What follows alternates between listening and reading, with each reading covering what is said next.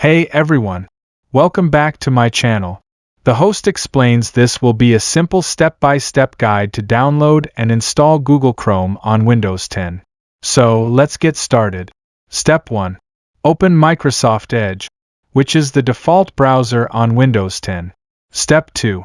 In the Edge address bar, search for Google Chrome and press Enter to find download links.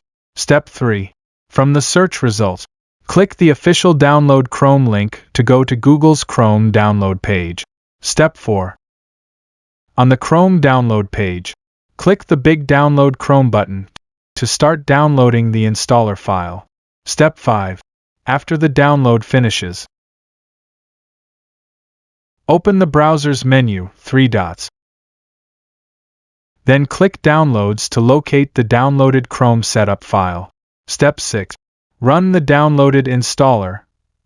The installation begins automatically. Completion. When the install finishes, Chrome opens automatically, and a Chrome icon appears on your desktop for easy access. The creator asks users to like and subscribe if the fix helped.